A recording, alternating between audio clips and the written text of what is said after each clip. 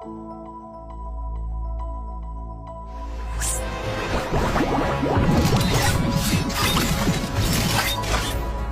Theta, cos theta, tan theta ಈ ಹೆಸರುಗಳು ಕೇಳಿದ ಕೂಡಲೇ ನಿಮ್ಮ ಹೃದಯದಲ್ಲಿಯೂ ರೈಲು ಹೊಡೆದಂತೆ ಆಗುತ್ತಿದೆಯೇ? ಎಕ್ಸಾಮ್ ಪ್ರಾಬ್ಲಮ್ ನೋಡಿದ ಕೂಡಲೇ ಮೈಂಡ್ ಬ್ಲಾಕ್ ಆಗುತ್ತಿದೆಯೇ? ತುಂಬಾ ಜನ ಸ್ಟೂಡೆಂಟ್ಸ್ ಮ್ಯಾಥ್ಸ್ ಎಂದರೆ ಭಯಪಡಲು ಮೇನ್ ರೀಸನ್ ಈ ಒಂದು ಚಾಪ್ಟರೇ. ಭಯಪಡಬೇಡಿ, ನಿಜವಾಗಿಯೂ ಟ್ರಿಗ್ನೋಮೆಟ್ರಿ ಎನ್ನುವುದು ಮ್ಯಾಥ್ಸ್ನಲ್ಲಿ ಅತ್ಯಂತ ಸಿಂಪಲ್ ಟಾಪಿಕ್. ಹೌದು, ನೀವು ಕೇಳಿದ್ದು ನಿಜ. ನಾವು ಭಯಪಡಲು ಮೇನ್ ರೀಸನ್ ಸಬ್ಜೆಕ್ಟ್ ಅಲ್ಲ, ಆ ಸಬ್ಜೆಕ್ಟ್ ಅನ್ನ ನಮಗೆ ಕಲಿಸುವ ವಿಧಾನ. ಬಟ್ಟಿ ಹೊಡೆಯಿರಿ ಅಥವಾ ಕಂಠಪಾಠ ಮಾಡಿ ಎಂದು ಹೇಳಿದ್ದಾರೆಯೇ ಹೊರತು ಇದರ ಅರ್ಥವೇನು ಎಂದು ಯಾರೂ ಹೇಳಲಿಲ್ಲ. ಈ ದಿನ ನಾವು ಆ ಭಯವನ್ನು ಹೋಗಲಾಡಿಸೋಣ. ಒಮ್ಮೆ ಯೋಚಿಸಿ, ಸಾವಿರಾರು ವರ್ಷಗಳ ಹಿಂದೆ ಈಜಿಪ್ಟ್ ಪಿರಮಿಡ್ಗಳ ಹೈಟನ್ನು ಹೇಗೆ ಹಳೆದರು? ಟೇಪ್ ಹಿಡಿದು ಮೇಲೆ ಹತ್ತಿದ್ದಾರಾ? ಇಲ್ಲ ತಾನೇ? ಹೋಗಲಿ. ಎವರೆಸ್ಟ್ ಪರ್ವತದ ಎತ್ತರವನ್ನು ಹೇಗೆ ಕಂಡುಹಿಡಿದರು? ಹಾಗೆ ಹಳೆಯುವುದಕ್ಕಾಗಿಯೇ ಹುಟ್ಟಿದ್ದೇ ಈ ಟ್ರಿಗ್ನೋಮೆಟ್ರಿ. ಸಿಂಪಲ್ ಆಗಿ ಹೇಳಬೇಕೆಂದರೆ ಇದು ಕೇವಲ ಮೆಜರ್ಮೆಂಟ್ಸ್ ಆಫ್ ಟ್ರಯಾಂಗಲ್ಸ್. ಮ್ಯಾಥ್ಸ್ ಎಂದರೆ ಬಟ್ಟಿ ಹೊಡೆಯುವುದಲ್ಲ, ಇದು ಯೂನಿವರ್ಸ್ ಲ್ಯಾಂಗ್ವೇಜ್. ಸೊ ಫ್ರೆಂಡ್ಸ್, ಈ ವಿಡಿಯೋದಲ್ಲಿ ನಾವು ಈ ಟ್ರಿಗ್ನೋಮೆಟ್ರಿ ಬಗ್ಗೆ ತುಂಬ ಡೀಟೇಲ್ ಆಗಿ ಕ್ಲಿಯರ್ ಆಗಿ ತಿಳಿದುಕೊಳ್ಳೋಣ. ಮ್ಯಾಥ್ಸ್ ಭಯವನ್ನು ಹೋಗಬೇಕೆಂದರೆ ನಮ್ಮ ಚಾನಲನ್ನು ಸಬ್ಸ್ಕ್ರೈಬ್ ಮಾಡಿಕೊಳ್ಳಿ. ಇನ್ನೂ ಹಲವಾರು ಇಂತಹ ವಿಡಿಯೋಗಳಿವೆ. ಬನ್ನಿ ಟಾಪಿಕ್ಗೆ ಹೋಗೋಣ. ಅಸಲಿಗೆ ಟ್ರಿಗ್ನೋಮೆಟ್ರಿ ಎನ್ನುವ ಪದ ನೋಡಿದ ಕೂಡಲೇ ತುಂಬ ಜನಕ್ಕೆ ಭಯವಾಗುತ್ತದೆ. ಆದರೆ ಈ ಪದದಲ್ಲಿಯೇ ಅದರ ಮೀನಿಂಗ್ ಪೂರ್ತಿ ಇದೆ. ಒಮ್ಮೆ ಇದನ್ನು 3 ತುಣುಕುಗಳನ್ನಾಗಿ ಮಾಡೋಣ. Try, gone, ಮೆಟ್ರಿ. ಟ್ರೈ ಎಂದರೆ ಏನು? 3. ಗಾನ್ಸ್ ಎಂದರೆ ಭುಜಗಳು ಅಥವಾ ಸೈಡ್ಸ್.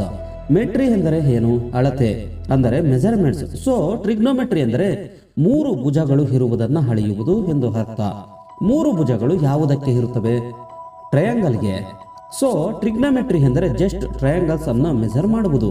ಸರಿ, ಟ್ರಯಾಂಗಲ್ಸ್ ಅಳೆಯುವುದಕ್ಕೆ ಇಷ್ಟು ದೊಡ್ಡ ಸಬ್ಜೆಕ್ಟ್ ಏಕೆ ಎನ್ನುವ ಡೌಟ್ ನಿಮಗೆ ಬರಬಹುದು. ಟ್ರಿಗ್ನೋಮೆಟ್ರಿ ಎನ್ನುವುದು ಸ್ಮಾರ್ಟ್ ಆಗಿ ಯೋಚಿಸುವವರಿಗಾಗಿಯೇ ಹುಟ್ಟಿದ್ದು. ನಾವು ಕೈಯಿಂದ ಹಿಡಿದು ಅವುಗಳನ್ನು ಟೇಪ್ನಿಂದ ಅಳೆಯಬಹುದು. ಆದರೆ ಒಂದು ಡ್ಯಾಮ್ನ ಹೈಟನ್ನು ನೀವು ಟೇಪ್ನಿಂದ ಮೆಜರ್ ಮಾಡಬಲ್ಲಿರಾ? ಆಕಾಶದಲ್ಲಿರುವ ನಕ್ಷತ್ರ ಎಷ್ಟು ದೂರದಲ್ಲಿದೆ ಎಂದು ಟೇಪ್ ಹಾಕಿ ನೋಡಬಲ್ಲಿರಾ? ಇಲ್ಲ ತಾನೇ? ಹಾಗೆ ನಾವು ಮುಟ್ಟಲಾಗದ ವಿಷಯಗಳನ್ನ, ಹತ್ತಿರ ಹೋಗಲಾಗದವುಗಳನ್ನ ಕೇವಲ ಒಂದೇ ಕಡೆ ನಿಂತುಕೊಂಡು ಅಳೆಯುವುದಕ್ಕಾಗಿಯೇ ಈ ಟ್ರಿಗ್ನೋಮೆಟ್ರಿ ಹುಟ್ಟಿದ್ದು. ಒಂದು ಚಿಕ್ಕ ಉದಾಹರಣೆ ನೋಡೋಣ. ನಿಮಗೆ ಒಂದು ದೊಡ್ಡ ಮರದ ಹೈಟ್ ತಿಳಿಯಬೇಕು. ಅದನ್ನು ಮೇಲೆ ಹತ್ತಲು ನಿಮಗೆ ಆಗುವುದಿಲ್ಲ. ಹೇಗೆ ಕಂಡುಹಿಡಿಯುತ್ತೀರಿ? ಆಗ ನಮಗೆ ಸೂರ್ಯ ಹೆಲ್ಪ್ ಮಾಡುತ್ತಾನೆ. ಮರದ ನೆರಳು ಎಷ್ಟು ಉದ್ದ ಇದೆ ಎಂದು ಅಳೆಯಿರಿ. ಹಾಗೆಯೇ ನಿಮ್ಮ ನೆರಳು ಎಷ್ಟು ಉದ್ದ ಇದೆ ಎಂದು ಅಳೆಯಿರಿ. ನಿಮ್ಮ ಹೈಟ್ ನಿಮಗೆ ಗೊತ್ತಿದೆ, ನಿಮ್ಮ ನೆರಳು ಗೊತ್ತಿದೆ. ಸೊ ಎರಡನ್ನ ಬಳಸಿ ಒಂದು ಚಿಕ್ಕ ಹಾಂಗಲ್ ಲೆಕ್ಕ ಹಾಕುತ್ತೇವೆ. ಆ ಹಾಂಗಲ್ ಅನ್ನು ಯೂಸ್ ಮಾಡಿಕೊಂಡು ಮರದ ಹೈಟ್ ಅನ್ನು ಕೂಡ ಮೆಜರ್ ಮಾಡಿಬಿಡಬಹುದು. ಇದೇ ಟ್ರಿಗ್ನೋಮೆಟ್ರಿಯ ಪವರ್. ಚಿಕ್ಕವರಾಗಿದ್ದಾಗ ನೀವು ಪಾರ್ಕ್ನಲ್ಲಿ ಜಾರು ಬಂಡಿ ಹತ್ತಿಯೇ ಇರುತ್ತೀರಿ. ಮೊದಲು ಮೆಟ್ಟಲು ಹತ್ತುತ್ತೇವೆ, ಮೇಲೆ ಕುಳಿತುಕೊಳ್ಳುತ್ತೇವೆ, ಜೋರಾಗಿ ಕೆಳಗೆ ಜಾರಿ ಹೋಗುತ್ತೇವೆ. ಆದರೆ ಯಾವಾಗಲಾದರೂ ಗಮನಿಸಿದ್ದೀರಾ? ಆ ಜಾರು ಬಂಡೆ ಪಕ್ಕದಿಂದ ನೋಡಿದರೆ ಒಂದು ಶೇಪ್ ಕಾಣಿಸುತ್ತದೆ. ಅದೇ ನಮ್ಮ ಮ್ಯಾಥ್ಸ್ ಕ್ಲಾಸ್ನಲ್ಲಿರುವ ರೈಟ್ ಆಂಗಲ್ ಟ್ರಯಾಂಗಲ್ ಅಂದರೆ ಲಂಬಕೋನ ತ್ರಿಭುಜ. ಟ್ರಿಗ್ನೋಮೆಟ್ರಿ ಪೂರ್ತಿ ಈ ಒಂದು ಚಿತ್ರದ ಮೇಲೆಯೇ ಬೇಸ್ ಆಗಿ ಇರುತ್ತದೆ. ಸರಿ, ಮತ್ತೆ ಆ ರೈಟ್ ಆಂಗಲ್ ಎಂದರೆ ಏನು? ತುಂಬಾ ಸಿಂಪಲ್. ನಿಮ್ಮ ಹೆಬ್ಬೆಟ್ಟು ಮತ್ತು ತೋರು ಬೆರಳನ್ನ ಹೀಗೆ ಹಿಡಿ. ನೋಡಿದ್ರಾ? ಒಂದು ಲೈನ್ ನೇರವಾಗಿದೆ, ಇನ್ನೊಂದು ಲೈನ್ ಮಲಗಿಕೊಂಡಿದೆ. ಎಲ್ಲಿಯಾದರೂ ಹೀಗೆ ಎಲ್ ಶೇಪ್ ಬರುವುದನ್ನೇ ನಾವು ರೈಟ್ ಆಂಗಲ್ ಅಥವಾ 90 ಡಿಗ್ರಿ ಎನ್ನುತ್ತೇವೆ. ಗೋಡೆಗೆ ಮತ್ತು ನೆಲಕ್ಕೆ ಮಧ್ಯೆ ಇರುವುದು ಕೂಡ ಇದೆ ಆಂಗಲ್. ಈ ಟ್ರಯಾಂಗಲ್ಗೆ 3 ಸೈಡ್ಸ್ ಇರುತ್ತವೆ. ಇವುಗಳಿಗೆ ಮ್ಯಾಥ್ಸ್ನಲ್ಲಿ 3 ಸ್ಪೆಷಲ್ ಹೆಸರುಗಳಿವೆ. ನಾವು ಅವುಗಳನ್ನು ತುಂಬಾ ಈಸಿಯಾಗಿ ನೆನಪಿಟ್ಟುಕೊಳ್ಳೋಣ. ಮೊದಲನೆಯದು ನೇರವಾಗಿ ಸ್ತಂಭದಂತಿರುವ ಗೆರೆ. ಇದನ್ನು ನಾವು ಹೈಟ್ ಅಥವಾ ಪರ್ಪೆಂಡಿಕ್ಯುಲರ್ ಎನ್ನುತ್ತೇವೆ. ಒಂದು ವೇಳೆ ನಾವು ಈ ಕಾರ್ನರ್ನಲ್ಲಿ ಇದ್ದರೆ ಇದು ನಮಗೆ ಆಪೋಸಿಟ್ ಆಗಿ ಇರುತ್ತದೆ. ಹಾಗಾಗಿ ಇದನ್ನ ಆಪೋಸಿಟ್ ಎನ್ನುತ್ತೇವೆ, ಅಂದರೆ ಎದುರು ಭುಜ. ಇದು ಎಷ್ಟು ಉದ್ದ ಇದ್ದರೆ ಟ್ರಯಾಂಗಲ್ ಅಷ್ಟು ಎತ್ತರವಾಗಿರುತ್ತದೆ. ಇನ್ನು ಎರಡನೆಯದು ಕೆಳಗೆ ನೆಲದ ಮೇಲೆ ಮಲಗಿರುವ ಗೆರೆ. ಇದನ್ನೇ ಬೇಸ್ ಎನ್ನುತ್ತಾರೆ. ಮನೆಗೆ ಬೇಸ್ಮೆಂಟ್ ಹೇಗೋ ಈ ಟ್ರಯಾಂಗಲ್ಗೆ ಇದು ಬೇಸಿದ್ದಂತೆ. ಒಂದು ವೇಳೆ ನಾವು ಈ ಕಾರ್ನರ್ನಲ್ಲಿ ಇದ್ದರೆ ಈ ಸೈಡ್ ನಮ್ಮನ್ನು ಅಂಟಿಕೊಂಡಿರುತ್ತದೆ ಅಲ್ಲವೇ? ಹಾಗಾಗಿ ಅದನ್ನ ಅಡ್ಜಸೆಂಟ್ ಎನ್ನುತ್ತೇವೆ, ಅಂದರೆ ಪಾರ್ಶ್ವಭುಜ. ಇನ್ನು ಮೂರನೆಯದು, ಇದೇ ಮೋಸ್ಟ್ ಇಂಪಾರ್ಟೆಂಟ್. ಮೇಲೆ ಇರುವ ಸ್ತಂಭವನ್ನು ಕೆಳಗೆ ಇರುವ ಬೇಸನ್ನು ಸೇರಿಸುತ್ತಾ ಇಳಿಜಾರಾಗಿ ಒಂದು ಲೈನ್ ಇದೆ, ನೋಡಿದಿರಾ? ಇದನ್ನೇ ಹೈಪೋಟಿನ್ಯೂಸ್ ಎನ್ನುತ್ತಾರೆ, ಅಂದರೆ ವಿಕರ್ಣ. ನೆನಪಿಟ್ಟುಕೊಳ್ಳಿ, ಈ ಟ್ರಯಾಂಗಲ್ನಲ್ಲಿ ಎಲ್ಲದಕ್ಕಿಂತ ಇದೇ ದೊಡ್ಡ ಸೈಡ್. ಸರಿ, ನೇರವಾಗಿ ಇರುವುದು ಆಪೋಸಿಟ್, ಕೆಳಗೆ ಮಲಗಿರುವುದು ಅಡ್ಜಸೆಂಟ್, ಕ್ರಾಸ್ ಆಗಿರುವುದು ಹೈಪೋಟೆನ್ಯೂಸ್. ಈ ಮೂರು ಹೆಸರುಗಳು ನೆನಪಿದ್ದರೆ ನಿಮಗೆ ಅರ್ಧ ಟ್ರಿಗ್ನೋಮೆಟ್ರಿ ಬಂದಂತೆ. ಮ್ಯಾಥ್ಸ್ ಬುಕ್ ತೆರೆದ ಕೂಡಲೇ 0 ಇದ್ದು ಮಧ್ಯದಲ್ಲಿ ಚಿಕ್ಕ ಗೆರೆ ಇರುತ್ತದೆ.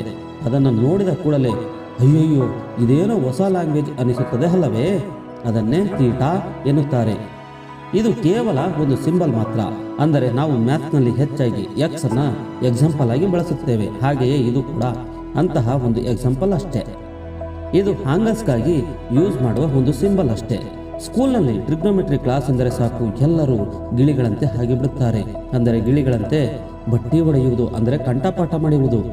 ಸೈನ್ ಅಂದರೆ ಆಪೋಸಿಟ್ ಬೈ ಹೈಪೋಟೆನ್ಯೂಸ್, ಕಾಸ್ ಎಂದರೆ ಅಡ್ಜಸೆಂಟ್ ಬೈ ಹೈಪೋಟೆನ್ಯೂಸ್, ಟ್ಯಾನ್ ಅಂದರೆ ಆಪೋಸಿಟ್ ಬೈ ಅಡ್ಜಸೆಂಟ್. ಹೀಗೆ ಕಂಠಪಾಠ ಅಥವಾ ಬಟ್ಟಿ ಹೊಡೆಯುತ್ತಲೇ ಇರುತ್ತಾರೆ. ಅಸಲಿಗೆ ಏಕೆ ಹೀಗೆ ಬಟ್ಟಿ ಹೊಡೆಯಬೇಕು? ಅಸಲಿಗೆ ಡಿವಿಷನ್ಸ್ ಏಕೆ ಮಾಡುತ್ತಿದ್ದೇವೆ? ಈ ದಿನ ಆ ಫಾರ್ಮುಲಾಗಳನ್ನು ಪಕ್ಕಕ್ಕೆ ಇಟ್ಟು ನಾವು ಓನ್ ಸ್ಟೈಲ್ನಲ್ಲಿ ತಿಳಿದುಕೊಳ್ಳೋಣ. ನಿಮಗೆ ರೇಷಿಯೋ ಎಂದರೆ ಏನು ಗೊತ್ತೇ? ಇದನ್ನೇ ನಾವು ಕನ್ನಡದಲ್ಲಿ ಅನುಪಾತ ಎನ್ನುತ್ತೇವೆ. ಸಿಂಪಲ್ ಆಗಿ ಹೇಳುತ್ತೇನೆ ಕೇಳಿ.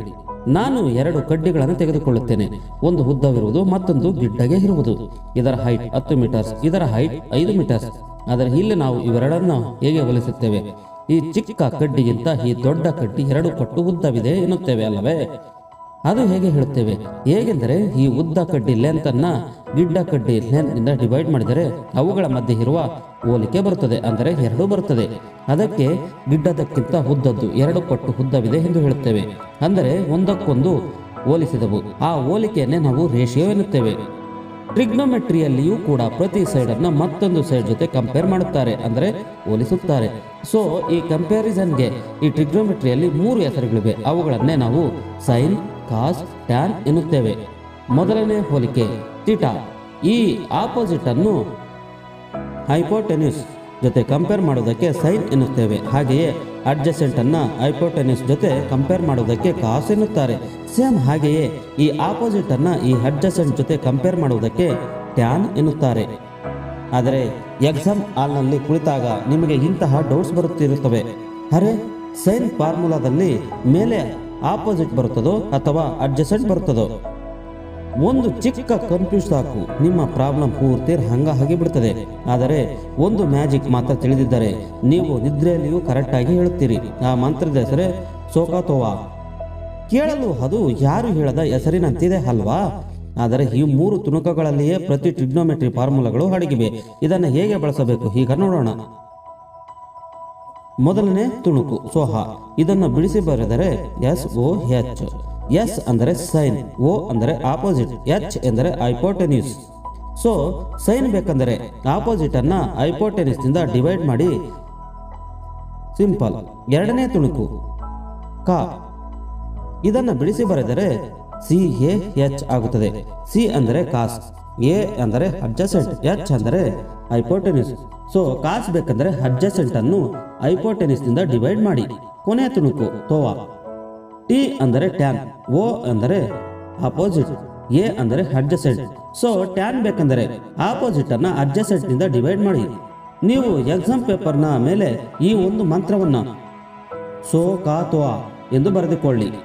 ಪೂರ್ತಿ 3 ಫಾರ್ಮುಲಾಗಳು ನಿಮ್ಮ ಕಣ್ಣ ಮುಂದೆಯೇ ಇರುತ್ತವೆ. ಆದರೆ ಟ್ರಿಗ್ನೋಮೆಟ್ರಿಯಲ್ಲಿ ಒಂದು ಟೇಬಲ್ ಸಹ ಇರುತ್ತದೆ. ಎಲ್ಲ ಟ್ರಿಗ್ನೋಮೆಟ್ರಿ ವ್ಯಾಲ್ಯೂಗಳು ಈ ಟೇಬಲ್ನಲ್ಲಿಯೇ ಇರುತ್ತವೆ. ಸೊ ಯಾವ ಪ್ರಾಬ್ಲಮ್ ಮಾಡಬೇಕಾದರೂ ಈ ಟೇಬಲ್ ನೋಡುವುದು, ಪ್ರಾಬ್ಲಮ್ ಮಾಡುವುದು, ಟೇಬಲ್ ನೋಡುವುದು, ಪ್ರಾಬ್ಲಮ್ ಮಾಡುವುದು, ಹಾಗೆ ಮಾಡುತ್ತಾ ಮಾಡುತ್ತಾ ಕೊನೆಗೆ ಅನಿಸುತ್ತದೆ ಅಯ್ಯಯ್ಯೋ ಈ ಟೇಬಲ್ ಹೇಗಾದರೂ ಮಾಡಿ ಕಂಠಪಾಠ ಮಾಡಬೇಕು ಅಂತ. ಆದರೆ ನಾನು ಇದ್ದೇನೆ ಅಲ್ವಾ ನಿಮಗೆ ಈಸಿಯಾಗಿ ನೆನಪಿಟ್ಟುಕೊಳ್ಳಲು, ಹೇಳಿಕೊಳ್ಳಲು. ಅಸಲಿಗೆ ಈ ವ್ಯಾಲ್ಯೂಗಳು ಆಕಾಶದಿಂದ ಬಿದ್ದವ ಅಥವಾ ಸೈಂಟಿಸ್ಟ್ಗಳು ಕನಸು ಕಂಡು ಬರೆದರ? ಇಲ್ಲ ತಾನೇ. ಈ ವ್ಯಾಲ್ಯೂಗಳನ್ನು ರಿಯಲ್ ಲೈಫ್ ಜಾಮೆಟ್ರಿ ಯೂಸ್ ಮಾಡಿಕೊಂಡು ಕಂಡುಹಿಡಿದರು. ಆದರೆ ಅವನ್ನೆಲ್ಲ ಹೇಳುವ ಟೈಮ್ ನನಗಿಲ್ಲ, ಕೇಳುವ ತಾಳ್ಮೆಯೂ ನಿಮಗೆ ಇಲ್ಲ. ಹಾಗಾಗಿ ನಾವು ಒಂದು ಲಾಜಿಕ್ ಪ್ರಕಾರ ಇವುಗಳನ್ನು ನೆನಪಿಟ್ಟುಕೊಳ್ಳೋಣ. ನಿಮ್ಮ ಎಡಗೈಯನ್ನು ಹೀಗೆ ಮುಂದೆ ಚಾಚಿ ಮ್ಯಾಜಿಕ್ ಸ್ಟಾರ್ಟ್ ಮಾಡೋಣ. ಮೊದಲನೇದಾಗಿ ನಿಮ್ಮ 5 ಬೆರಳುಗಳಿಗೆ 5 ಹೆಸರು ಇಡೋಣ. ಕೆಳಗಿನಿಂದ ಸ್ಟಾರ್ಟ್ ಮಾಡೋಣ. ಕಿರು ಬೆರಳು 0 ಡಿಗ್ರಿ, ಉಂಗುರದ ಬೆರಳು 30 ಡಿಗ್ರಿ, ಮಧ್ಯದ ಬೆರಳು 45 ಡಿಗ್ರಿ, ತೋರು ಬೆರಳು 60 ಡಿಗ್ರಿ, ಹೆಬ್ಬೆಟ್ಟು 90 ಡಿಗ್ರಿ. ಇದು ಫಿಕ್ಸ್ ಆಗಿಬಿಡಿ. ಆರ್ಡರ್ ಯಾವುದೇ ಕಾರಣಕ್ಕೂ ಮರೆಯಬೇಡಿ. ಮೊದಲು ಸೈನ್ ಸಂಗತಿ ನೋಡೋಣ. ಇದರ ಫಾರ್ಮುಲಾ ತುಂಬಾ ಸಿಂಪಲ್.